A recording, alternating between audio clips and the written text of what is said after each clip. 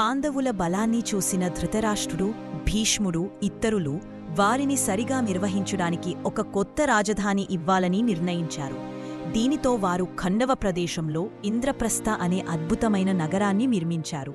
ఇంద్రప్రస్థం దేవతల ఆశీర్వాదంతో నిర్మించబడింది. విశ్వకర్మ స్వయంగా నిర్మించడని చెబుతారు. పాండవులు అక్కడ రాజ్యాన్ని న్యాయంగా పరిపాలిస్తూ ప్రజాదరణ పొందారు.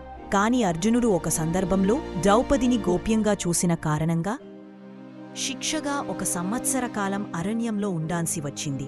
అర్జునుడు తన శిక్షకాలంలో తపస్సు చేశాడు, పశుపతాశ్రతం పొందాడు. ఈ కాలంలోనే అర్జునుడు ఉలూపినాగకన్య, చిత్రాంగద వంటి మహాబాలాద్వార సంబంధాల ద్వారా బలంగా మారాడు. తర్వాత కాలంలో యుధిష్ఠిరుడు రాజసూయ యాగం నిర్వహించాలనే నిర్ణయం తీసుకున్నాడు. ఇది తాను చక్రవర్తి అని ప్రకటించుకునే యాగం. రాజసూయానికి ముందు చక్రవర్తి పదవిని అందుకోవాలంటే అన్నయ్యలను జయించి సమర్పింపజేయాలి అనే నిబంధన ఉంది. అందుకే భీముడు, అర్జునుడు, నకులుడు, సహదేవులు నలుదిక్కుల రాజులను ఓడించి యుధిష్ఠిరునికి రాజసూయ యాగం చేపట్టే అర్హత కలిగించారు.